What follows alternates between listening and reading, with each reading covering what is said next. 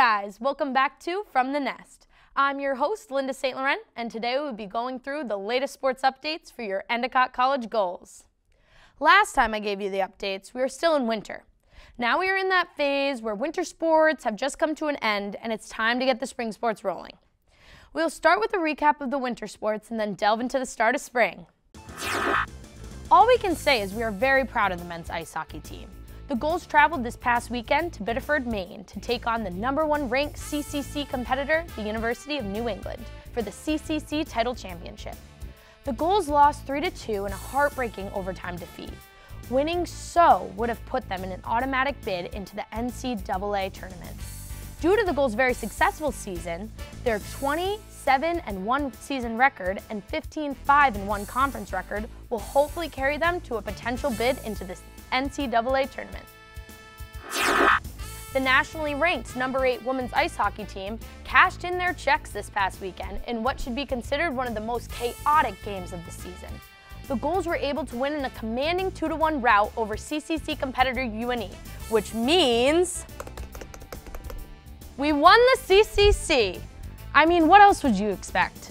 With this win, Endicott received an automatic bid into the NCAA tournament and will face #1 nationally ranked Middlebury College in a round 1 battle. One play that cannot go without recognition has to be the second period game. Winning goal scored by Kelly Popkin, slingshotting the puck top right corner, which absolutely electrified Raymond J. Borcarina. The men's volleyball team, who are far underway in their schedule, continue to trudge through a tough season. They are currently holding a record of 8-4 and have yet to hit NECC conference play, but the horizons are set bright for the Gulls. Rafa Robert leads the team in kills with 123, and Spencer Capps is not far behind with 104. Gabe DiBenedetto has a staggering lead in assists with 288, and Rafa Roberts and Vance Mallory are tied at 59 for digs. We know this team will head into their conference play very strong. Now let's see our Gulls bloom with the opening of our spring season. Going on to the baseball team. The Gulls kicked off the season with a doubleheader sweep over Salem State University, 3-1 and 14-0. Nicholas Perkins sent a two-run homer to give the Gulls the lead in Game 1. And notably in Game 2, Thomas Barbieri batted in 4 runs and went 4 for 5 in Game 2. Starting out the 3-star pitchers, we have Ryan Schweed with 10 strikeouts and 8 innings pitched. Next up is Jordan Gottesman with 9 strikeouts and 5 innings pitched. And lastly, we have Gabe Van Eman with 6 strikeouts and 2 innings pitched. Nicholas Perkins had 5 RBIs, followed by Thomas Barbieri with 4 RBIs. Next up is softball. Softball is closing in on the opening weekend for the Lady Gulls, and things are shaping up to be a very successful season. The Commonwealth Coast Conference preseason coaches poll announces that Endicott softball claims the #1 seed leading into the season. We know our Lady Gulls are going to go far. This spring break, they will be traveling to Florida to compete against numerous other collegiate teams. I wish I was going to Florida. The men's lacrosse team has had a strong but tough start to the 2022 spring season. While unfortunately falling short in their first 2 games, 13-8 versus #11 Union College and an overtime 11-10 heartbreak at Connecticut College, the Gulls have continued to fight hard and have put up the numbers to still show. The leading scorers for the Gulls were Max Kazecki with 5 goals, Michael Hopman with 4 goals, and Dominic Russo with 4 goals. The leading assists were Craig Claflin with 5 assists and Michael Hoffman with 2 assists. Although the team did let in a few goals, their keepers were on fire. Christopher Tillotson and Tim Luciano both had 15 saves, each with a save percentage of 55.6%. Moving on to the women's lax team. They opened the season with a statement, curbing Coast Guard in a demanding 16-4 win on the road. Sophomore Jaira Payne was the leading scorer with 4 goals, and Morgan Pike followed close behind with 3 goals. Kate Garvin and Kiana Napolitano and Kate Shenick each had 2 goals. Katie Wagner had an astonishing 7 assists, while goalie Lydia Akins had a 66.5 save percentage to clinch Endicott the lead. The Gulls have many upcoming games, and it is without a doubt we know they will continue to succeed. And now joining us is Coach Jack Dustin. Thanks for passing it over, Linda. So my name is Jack Dustin. I'm the head strength and conditioning coach here at Endicott College. This will be my 4th year. I started out as defensive line / strength and conditioning coach, where I worked with about 11 teams. Got the chance to take over as the department lead, and now I oversee all the club and varsity strength and conditioning from a sports performance perspective. With the majority of the year to train, what do our student athletes do to prepare when they are out of season, and what would you say is the main difference between the training regimens? Off-season training for us, the majority of it revolves around building a general preparation back up to ensure our athletes have the right tools in their toolbox to perform their sport at a high level. Every athlete is going to be slightly different. Every sport is going to have its intricacies. But off-season for us is all about performance and getting that athlete to the next level. So for us, it's finding out what buckets we may need to fill from a strength, power, endurance standpoint based off the individual, but also their sport. While you say there's different buckets for these athletes, say an injury comes around, what do you do to help these athletes heal from these injuries, return, and help with recovery and stuff like that? Return to play is definitely a big one for us. It's something when you talk about return to play, there's a few pieces involved here. We have the athletic trainers who, when you first injure yourself, that's where you're first going to. And then there's that little bridge where it starts to get passed off to a strength coach. Training doesn't necessarily stop when we get injured. Even major traumatic injuries, we're not talking about a stoppage of training. We're talking about, hey, how can we modify this? A system that we use that we stole from Steffi Cohen, who's a big-time powerlifter and strength coach herself, is the red light, green light, and yellow light system. For us, when we talk about that, it's, okay, well, a 1 out of 10 scale. 1 to 4 is green. That means you can go. Movement's good, go, all right? Exercise, fine, there's a little discomfort. That 5 to 6, we have to regress that movement. So let's say you hurt your back and it's a loading issue. So having something compressing your spine down, then what we're gonna do with that load intolerance is, hey, we're gonna probably not back squat, right? We're probably not gonna place that bar on this athlete's back. For us, what we're gonna do is find another movement, maybe in that same pattern family, whether it be, a rear foot elevated split squat where we're holding dumbbells, just to take some of the load off of the spine. So for us, it's bridging that gap for return to, realistically for us, lifting. And then it's, okay, well, how do we get back to return to play? And for me, I consider return to play that practice to scrimmage type speed. Okay, well, that's probably gonna take a little bit more. Now it's finding exercises that relate to sport that don't hurt. And then there's return to competition, realistically. And that's a different ball game, and that's, finding the right amount of sets and reps as far as on-field work to make sure that, hey, this thing's sturdy and ready to go. So in your opinion, what is the most important aspect of off-season training? When we talk about off-season training, the most important thing for us is finding what each and every athlete that we work with needs to compete at that next level. You're working with a bunch of teams here, so sport-wise, obviously sport-specific as close as you can, but I work in a weight room setting. There are no bars on fields. So for us, it comes back to that filling buckets, right? Is it from a physical foundational standpoint is where I work. So we're kind of the bottom of the pyramid as far as what we're helping these student athletes do, and it's a bulk of the pyramid, right? So what is the strength aspect? What is the power aspect? What's their speed like? Their mobility. Athletes that may have injured themselves now have to find a new way to get back to what they used to be and then above and beyond. So for us, when we talk about that off-season training and what the most important piece is, yeah, it's a general prep area, but we work with athletes over a 4-year span.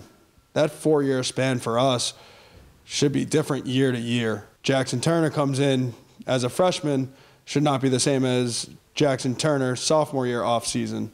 Those are 2 different seasons, 2 different athletes realistically, and hopefully it keeps compounding. So for us, the most important piece is that we see progression and we fill the appropriate buckets along the way. So Coach, what kind of maintenance training are these teams doing in season, and what do you do to help them prepare? I've never considered it maintenance training. For us, we want to see growth throughout the season. What we don't want to do is burn an athlete out. So for us, while we're training, our goal is to progress. The easiest way, in my opinion, to do this is to ensure that the athlete is getting the appropriate amount of intensities thrown at them. When I talk about intensities, I'm usually talking about the weight or the means that the weight is being moved. So we have a speed day thrown in there and a strength day. The strength day is not going to be a light day. as far as weight. You know, we work through the 80s, 90s, and even throw some mini maxes in there where we might try and get a 5-pound gain. With those mini maxes, you're talking, there's progression there, right? It's not being a standstill. You're actually moving that needle along, because the season is one of the longer point in an athlete's career where they actually can train. They're on campus, they're with us, and we're training through that. The second piece of that for us is the athlete, you know, a starter, or is this person somebody who's in like more of a developmental group? The developmental group, they're going. There is no stop. This is a time to train. Your training days are laid out for you. Game day is not part of it, so that's a good recovery day. For us, there is no true maintenance as much of, hey, like how are we limiting things and getting the most bang for our buck with the least amount of work? Our workouts in season are anywhere from 25 to 35 minutes tops. If it goes up to 35, that just means more arms are being blasted and shoulders. With the athletes that are in the developmental stage, would you say they're training more like they're out of season trying to work towards that barrier that they're trying to break? They're practicing, so we understand that. So sets and reps are still lowered just based off of the amount of work they're already doing. But for them, we have this little bit of purpose where we can push a little bit harder. They go an extra day during the week, as they don't have necessarily game day. They have an extra lift, and sprinting and running is obviously involved in that as well. We try and push the boundaries of the physical foundation. That incorporates a lot of competing amongst each other, you know, whether it's we're in the weight room and it comes down to, hey, we're going for a new max today and a new movement, whether it's deadlift, and some guys go up and find one bar and start loading weights up until guys fall off. It also has, you know, we'll use the repetition effort method where, hey, we're going for reps this day and whoever wins the day. So we're going to have fun in there too. We're going to make it like a game-like atmosphere for this developmental group, especially on that third day where we have a little wiggle room to have some fun. And Coach, to finish it up, what is something that you would suggest to other strength coaches, whether it's high school or college for their institution? What is something you'd recommend to them to like add to their program that you do? So my best piece of advice for any strength and conditioning coach or any field realistically is to master the old principles and learn the new skills. What I mean by that is you have to put yourself in a situation where you can learn and develop.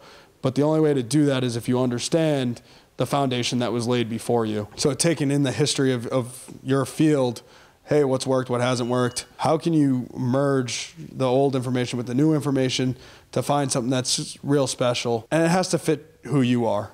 You can't just do something because, you know, either a big name school does it or, you know, the person you worked under does it. You have to find what works for you as well. Arnold Palmer said it, you got to swing your swing, and I'm a firm believer in that. Well, Coach, thank you very much for coming on here with us today. And from me, from everyone at From the Nest, we appreciate your time. And everybody at home, go Gulls. This year is Endicott's second annual Frozen Flop. This fundraiser encourages all students and faculty to donate to a charity of their choice. This year, we were able to capture the flop in all of its madness down at Mingo Beach. More than 200 students participated in the event, and over 100 athletes joined in on the flop. I mean, seriously, this looks cold, but that's a blast. Leading the event takes us to Lori Rolls, Director of Community Service here at Endicott College, as she explains to us a little about what the flop supports.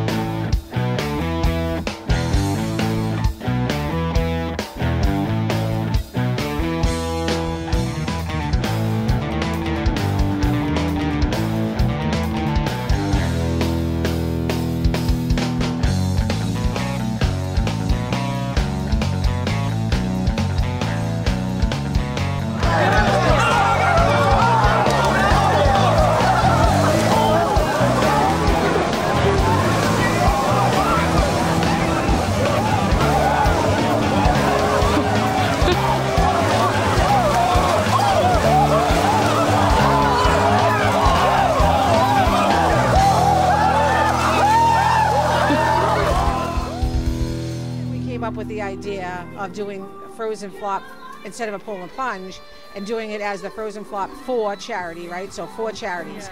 So unlike those pull the plunges that just support obviously their own nonprofit, we were going to be able to give the ability of a student to choose one of 4 charities. So if they were passionate about the Special Olympics, they would still do it for them, but maybe they're passionate about cancer and they do Relay for Life. And then Black History Month was this month, so we chose a Black nonprofit organization. So that's kind of how it came about, and it was very successful last year. I think we had about 140, give or take, participants. So our goal this year was obviously to top that, maybe 150, 160. I think we had over 200 people sign up. I'm not sure 200 people quite jumped, but still awesome. And money's still coming in, so these 4 nonprofits, it's a very nice day for them to be supported, and they'll be, pleasantly surprised, obviously, when they get the donations. So yeah, so this was the 2nd annual, so hopefully we'll keep it going, and it'll be a tradition. One time out of your 4 years that it's kind of like a bucket list item as an Endicott student to do the frozen flop. So that would be pretty cool. I mean, it's only been 2 years, but I think we would stay with Relay for Life as a signature fundraising event for the American Kids Society that we host on campus. So it's a way for us to kind of support that fundraising effort. So I think we'll stay with Relay for Life as long as I think people really want to see it on there. Special Olympics, because that's the polar plunge that we used to help support. So I think we would keep that as one. And I think people, I tend to see the most people sign up for the Special Olympics and Relay. I think that's kind of the 2 that people gravitate towards. And then each year we'll try to pick one, Citizens Inn is affordable housing. It's a great kind of symbolic type of fundraising event that you're freezing for a reason. And there's people out there that might be homeless or living couch surfing, and to raise money for affordable housing is a good fit for us. Oh, cold. But you know it's for a good cause, so we're okay. Let's go. Go Gulls, come on. Good beat, red. That's all we have for From the Nest. Thank you all for tuning in, and we will see you next time. Go Gulls!